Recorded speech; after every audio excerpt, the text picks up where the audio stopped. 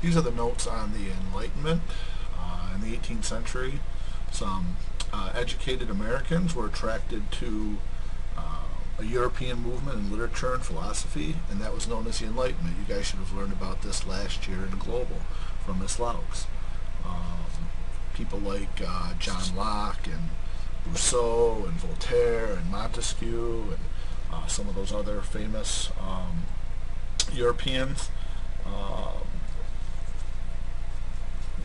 the leaders of the movement believed that darkness, kind of like the Dark Ages in the past, they could be corrected by the use of human reason, kind of like in the scientific revolution and the Protestant Reformation, kind of like this challenging of authority, this looking for things to have meaning and logic and reason. And a major influence on this movement was the works of John Locke. In the 17th century, he was an English philosopher and political theorist. He reasoned that, this is very important, he reasoned that while the state, and when we use the word the state, we're talking about the government, that while the government is supreme, it is also bound to follow certain natural laws. All right, so natural laws, laws of nature, kind of like there's gravity and things like that in science. Those are part of nature's laws, but there's also a sort of higher law than man's law, and that all men and governments throughout the world are bound by this higher law. And this natural law is based on the idea that people have rights simply because they're human, not because the government gives them their rights or for any other reason, but just simply because they're human. Okay, let's look at some of the questions that we're going to be looking at. How did the scientific progress promote trust in human reason? And that key word there is reason, using your mind to rationalize and figure things out. How did the social contract and the separation of powers affect views on government? How did new ideas affect society and the economy? And we're going to look at the philosophies of major Enlightenment thinkers that I mentioned before, John Locke, Baron de Montesquieu, and Adam Smith, who you also should be familiar with in economics. Okay, and here's a little brief summary of the scientific revolution, talking about planetary movements and the Earth revolves around the sun, the heliocentric model of the universe, and elliptical orbits. You also have new advancements in chemistry and vaccines for smallpox and all sorts of new scientific advancements. And people were using the scientific method. They were using the idea that there were laws that govern the physical world, and so therefore there must be other natural laws that rule over us. And the laws that govern human nature was the next step in this discovery. And these are some of the major Enlightenment ideas, that for every social, political, and economic problem, you could use reason to solve any problems. Reason was the key. Governments were created by man to secure an orderly society. That is the point and purpose of government under most of these philosophers. We're going to see John Locke decides that his main reason for wanting this government is to secure our rights. Separation of powers, so that no one particular ruler or group gets too much power. The idea that all people, all men are created free and equal, and all have certain rights. And then finally, that a free market should be allowed to regulate trade. We're going to talk a little bit about mercantilism with colonies and such, and that would have been the predominant theory of economics in Europe up until that point. Well, we're going to see how that's changing. Adam Smith in particular is going to change this viewpoint and look more towards a free market rather than mercantilism. Okay, some of the Enlightenment thinkers that we're going to look at here that are very important to the development of America and its political thinking are John Locke, Baron de Montesquieu, and Voltaire. We will be talking about some others as well, but if you notice, if you click on any of these, which I would like you to do, they will take you to a little summary of each of these men. So if you go on to My Big Campus, get the notes off of there, and which you should have and be following along with. If you just click on each of these little links, it will take you to a brief summary of their belief systems. We are going to start with John Locke on the next slide and compare him to another philosopher of the time, Thomas Hobbes. Okay, again, you'll notice there is a link.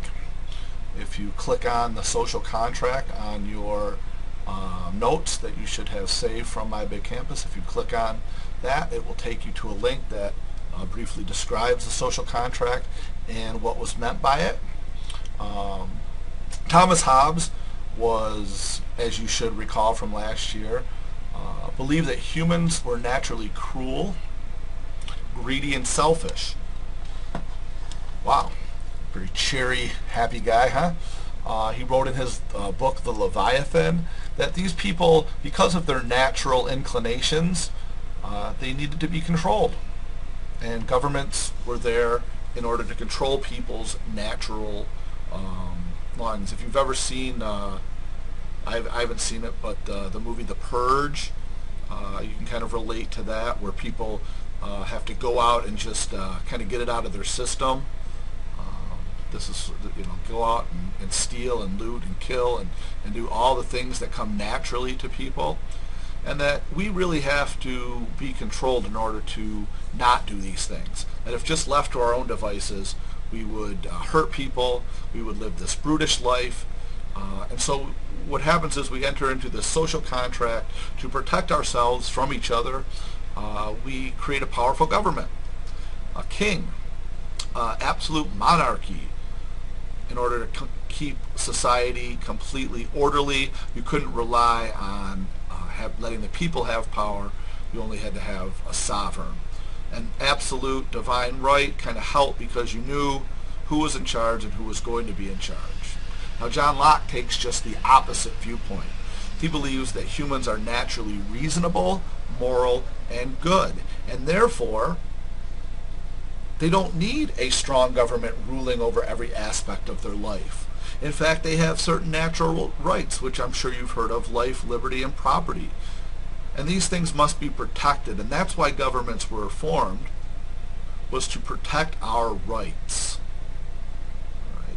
Not to treat us like slaves, not to treat us like prisoners, but to keep our rights secure. And governments that attack our rights, then we have the right to overthrow that government. No government has the right to take away our natural rights.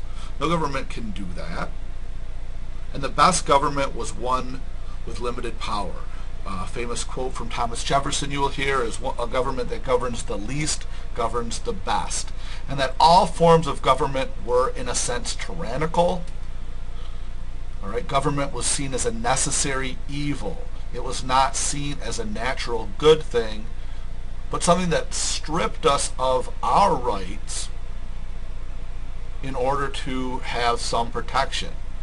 But again, if that government was too powerful, we could overthrow it. Very key, very important. Quickly wrapping up, we have Baron de Montesquieu, who criticized absolute monarchy. He admired the British government because he said that it was a balanced government, where you have checks and balances dividing powers. You have the parliament, the king, the judicial system, although this was a misconception because in reality in England the king controlled everything. So even though it looked to an outsider that there were three branches, there really still was just one. And what government does it sound like to have three branches? You all should know that. Even though England truly did not have three branches, you should know what government really does. Welcome back to In the Enlightenment. Some of the major Enlightenment ideas that they had for society, not just for government.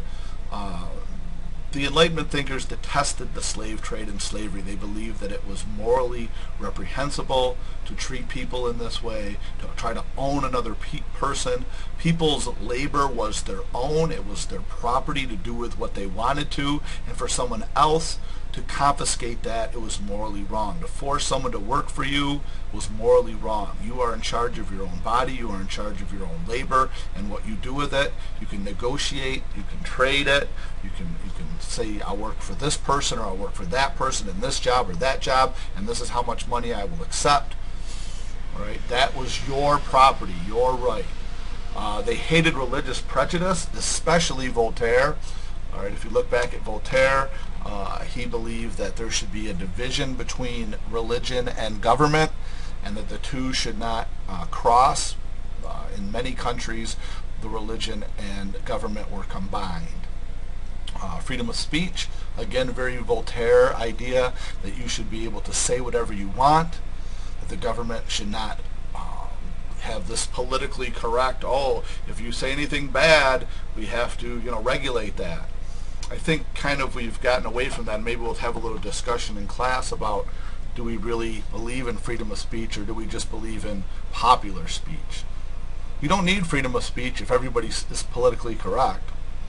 You only need freedom of speech to say things that are unpopular, to say things that make other people uncomfortable, that upset people, that may scare people or anger people, or make people think you're a big jerk.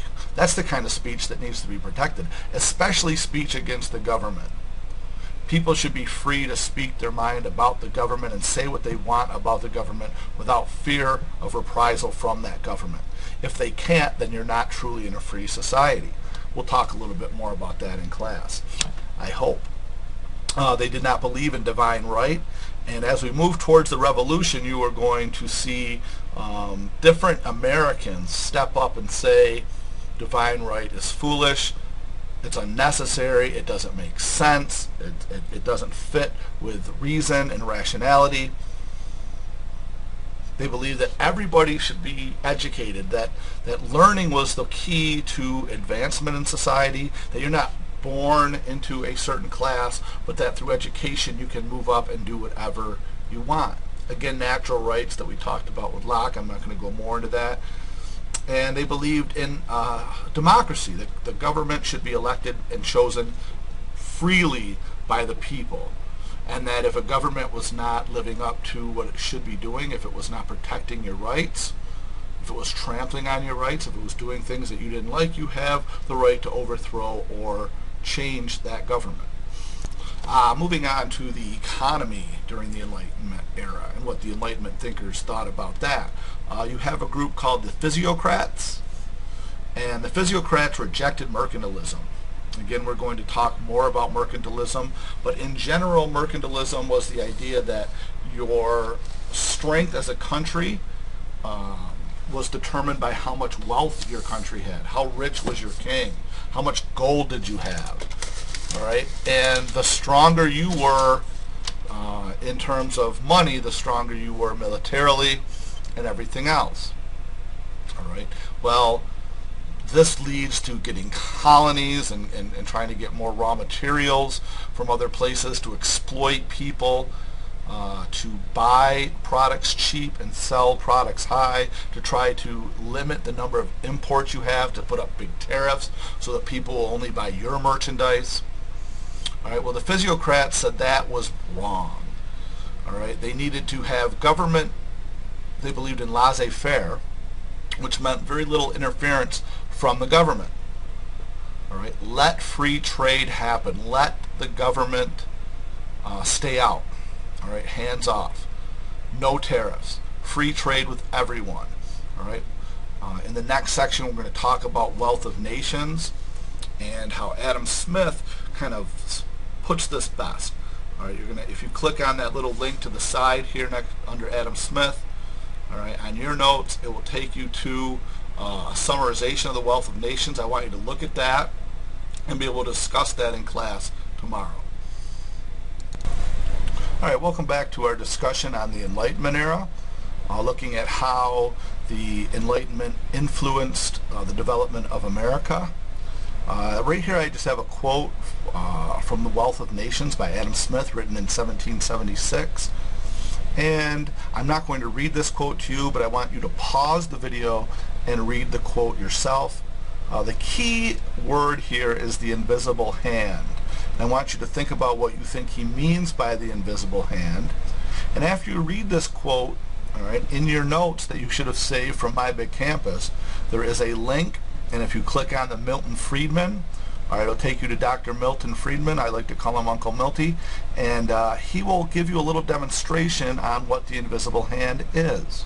All right, a very fascinating short video, about 2 to 3 minutes long, that really explains and sums up the invisible hand and the free market and what capitalism is all about. All right, so do that now and then come back to the notes. Okay, welcome back. Hopefully you went and watched Milton Friedman. Hopefully you enjoyed that video. We'll talk about it tomorrow in class, see what your thoughts are. Hopefully you took some notes and are prepared to discuss. Give me your thoughts on what he said, whether you agree or disagree, or what parts you agreed with or disagreed with, and how you think his ideas fit into the real world. Because that's what this is all about. You know, these are all abstract ideas, but how do they really work in the real world? All right. Well, Adam Smith, he believed that the free market should be allowed to regulate business activity as opposed to some government force. So you've probably heard of socialism. That wasn't around yet, but there were the idea that the government should be regulating the economy using taxes, tariffs, whatever, to try to get people to do certain activities. All right.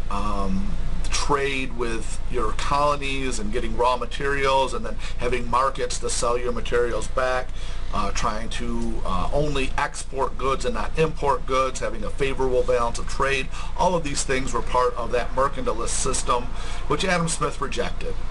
All right, he said that manufacturing, trade, wages, profits, all economic growth were linked to the forces of supply and demand, that it was a labor that drove prices, that it was a person's labor and land, all right, supply of that was available.